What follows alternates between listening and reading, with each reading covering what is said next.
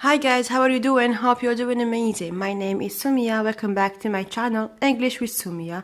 Today's lesson is going to be about the family tree or the family members. مرحبا بكم طلابي الأعزاء. دائما مع قناتكم لتعليم اللغة الإنجليزية مع سمية. اليوم جيتكم درس جديد تحت طلب العديد منكم، يعني اللي كانوا طلبوا مني الكلمات جديدة، يعني إثراء رصيد لغوي. اليوم حبيت نبدأ لكم، يعني الفوكابولير ديالنا راح يبدأ إن شاء الله بالكلمات الخاصة بالعائلة. تبعوا معنا، راح نتعلموا حاجات جديدة إن شاء الله. أول حاجة في العائلة عندنا grandfather، وعندنا grandmother، يعني جدي جدتي. من بعد عندنا father، عندنا mother،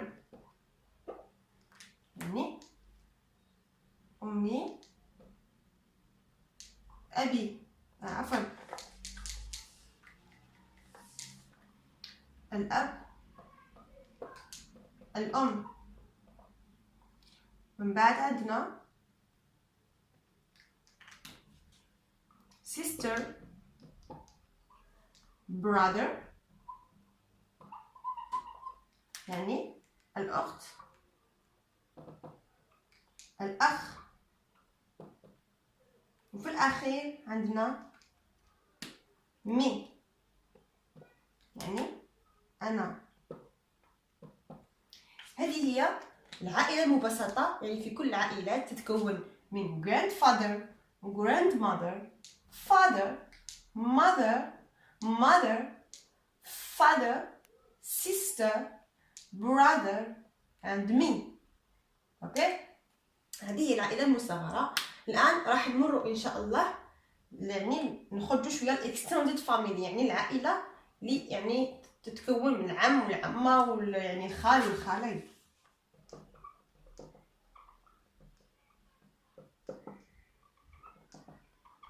extended family يعني الأقارب. اوكي، فوالا. في اللغة الإنجليزية ماشي كيما حنا في اللغة العربية، يعني الخال وحده والعم وحده والخالة وحدها والعمة وحدها. في اللغة الإنجليزية عندنا العم والخال، العمة، وعندنا الخالة. تابعوا معايا مليح. العم والخال والعم والعمة. العم والخال في اللغة الإنجليزية نقول له uncle. العمة والخالة نقول لها aunt. نتمنى أن يكون واضح. العم والخال uncle، hello my uncle hello my uncle، عمي أو خالي. العمة الخالة aunt، كيف كي العمة كي الخالة. نتمنى أن يكون مفهوم. ثاني حاجة معنا لها اليوم هي نقعد دائما مع فاميلي. نبدأ بالرسوم باش تكون يعني الرسومات واضحة. حبسنا عند aunt and uncle. الآن نشوفوا ولاد عمتي ولاد خالتي أو ولاد خالي ولاد عمي، وش يسموهم؟ يسموهم cousins.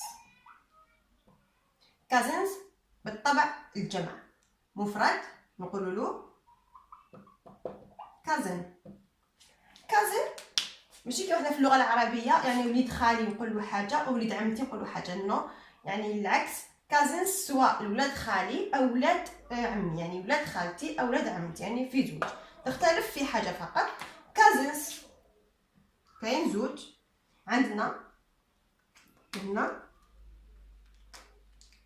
cousin sister، هنا عندنا cousin brother، اللي هي طبعا باللغة الإنجليزية cousin sister ابنة خالي أو ابنة عمي. قلنا كيف اوكي. هنا أنا أنكل يعني خالي أو عمي. بنته نقول لها ابنة خالي أو ابنة عمي cousin sister، يعني بنت عمي ولا بنت خالي واسمها my cousin sister. aunt يعني خالتي ولا عمتي ولادها يا تكون cousin sister يا cousin brother. cousin brother اللي هو نفس الشيء ابن خالي أو ابن عمي. هنا نكون واضح. cousins في اللغة الإنجليزية عند في بريطانيا أو في إنجلترا يقولها cousin. عند لي أمريكان في أمريكا يقولوا cousin. مفهوم؟ هنا cousins نعطيكم الشرح ديالها هي أولاد العم أو أولاد الخال. cousins هي أولاد العم أو أولاد الخال اللي يعني تتفرع إلى cousin brother and cousin sister. أتمنى أن يكون واضح. يعني أنا عندي وش قلنا مي عندي brother and sister. شكون يعني فكرني فيهم؟ مي يعني أنا، brother أخي، sister أختي. أوكي مي أنا، brother أخي، sister أختي. أوكي أولاد أخي وأختي واش نسميوهم في اللغة الإنجليزية؟ يعني كيف سواء ولاد خويا ولا ولاد أختي كيف واش نسموهم nephew. وعندنا niece يعني ابن أخي أو ابن أختي. يعني ولد خويا ولا ولد أختي نقولوا له nephew. بنت خويا ابنة أخي أو ابنة أختي نسموها نيس. أوكي يعني تشبه شوية اللغة الفرنسية نيس. نتمنى أن يكون واضح. مي أنا أخي أختي ولادهم نسموهم نيفيو أند نيس. نيفيو تنطبق على ابن أخي وابن أختي. نيس تنطبق على ابن أخي ابنة أخي وابنة أختي. نقال دائما في فاميلي. نتمنى أنه تكون يعني واضحة بالنسبة لكم. فاميلي نعاودو نولو الجد والجدة. عندنا grandfather وعندنا grandmother. شو معايا مليح هنا؟ grandmother نقدروا نلقبوها ب grandfather عفوا granddad.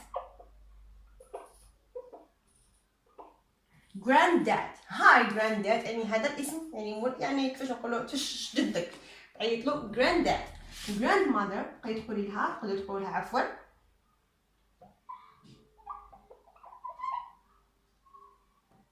grandma.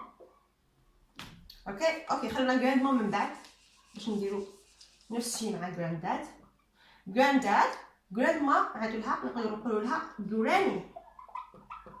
Hi granny how are you doing today. اوكي نقدروا نعيطوا له ايضا granddad نقدروا نقولوا له grandpa. نفس الشيء بالنسبه للجده نقدروا نقولوا لها grandma. نتمنى انه يكون واضح. عندنا grandmother grandfather نقدروا نلقبوه granddad hi granddad or grandpa. grandmother نقدروا نقولها granny or grandma. اوكي شوفوا هنا معايا نحن نبقى توجور مع الجد والجدة. grandfather grandmother. اوكي grandfather and grandmother. الأحفاد واش نسموهم في اللغة الإنجليزية؟ عندنا grand son، وعندنا grand daughter.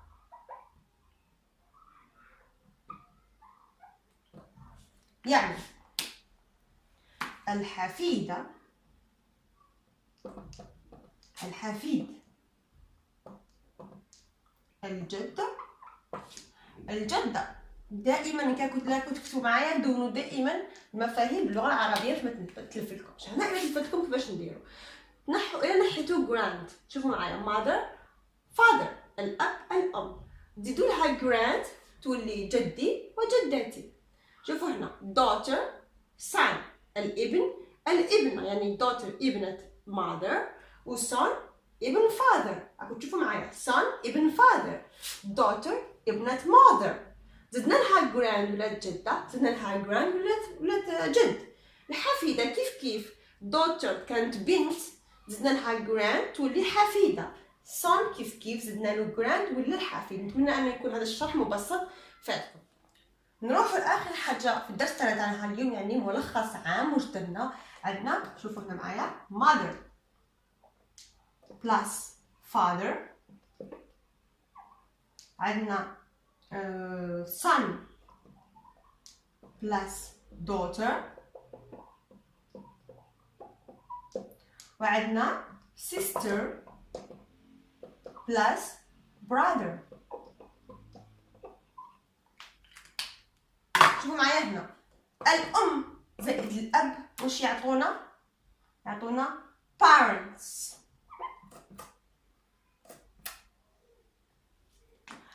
son زائد daughter يعطونا kids، يعني أطفال العائلة أو children. أتمنى أن يكون واضح. sister زائد brother يعني الأخت زائد الأخ يعطونا، انتبهنا، siblings الأبناء. أوكي، نتمنى أن تكونوا دونتوا المعلومات. هنا دايما نعاود لكم باللغة العربية الأب الأم يعطونا الوالدين،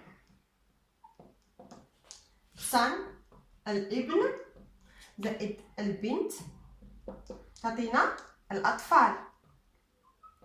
أوكي، أو الأبناء. الأخت زائد الأخ يعطونا الأخوة siblings. هنا نزيد لكم حاجة إضافية في siblings عندنا زوج أنواع. عندنا أوكي، نتمنى أن نمحي باش نكتب يعني براحتي. شوفوا هنا siblings اللي توقفنا فيها. siblings عندنا زوج أنواع، عندنا half siblings وعندنا step siblings. half siblings يعني يحدث انه الاب يتزوج بمراه واحده اخرى، ولا الام تتزوج عفوا براجل واحد اخر. يعني في اللغه العربيه عفوا half siblings يعني اخي وليس شقيقي، اخي من ام او اب اخر. اوكي، مفهوم؟ عندنا نحاف معناتها نصف، يعني النصف اخي. شوفوا سيبلين هالف سيبلين يعني اخي من امي او من ابي. سيبلينغز دائما الجمع. اوكي، اخي من ام او اب اخر. ستيب سيبلين شقيقي يعني او شقيقتي، يعني اختي او اخي من نفس يعني من نفس الاب والام. نتمنى ان يكونوا واضحين. هالف سيبلين، ستيب سيبلين.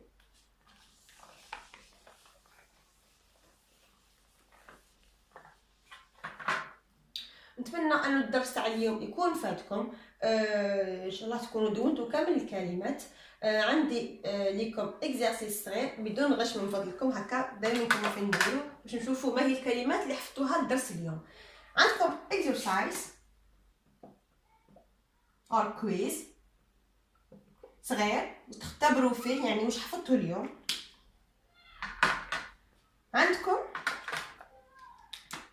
عندكم هنا بمثابة،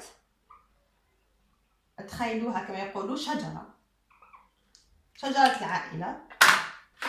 هذا هو التمرين تاعكم نهار اليوم. عندكم هكذا، نتمنى انكم ترسموا معايا. انا خاطيني شويه الرسومات. فوالا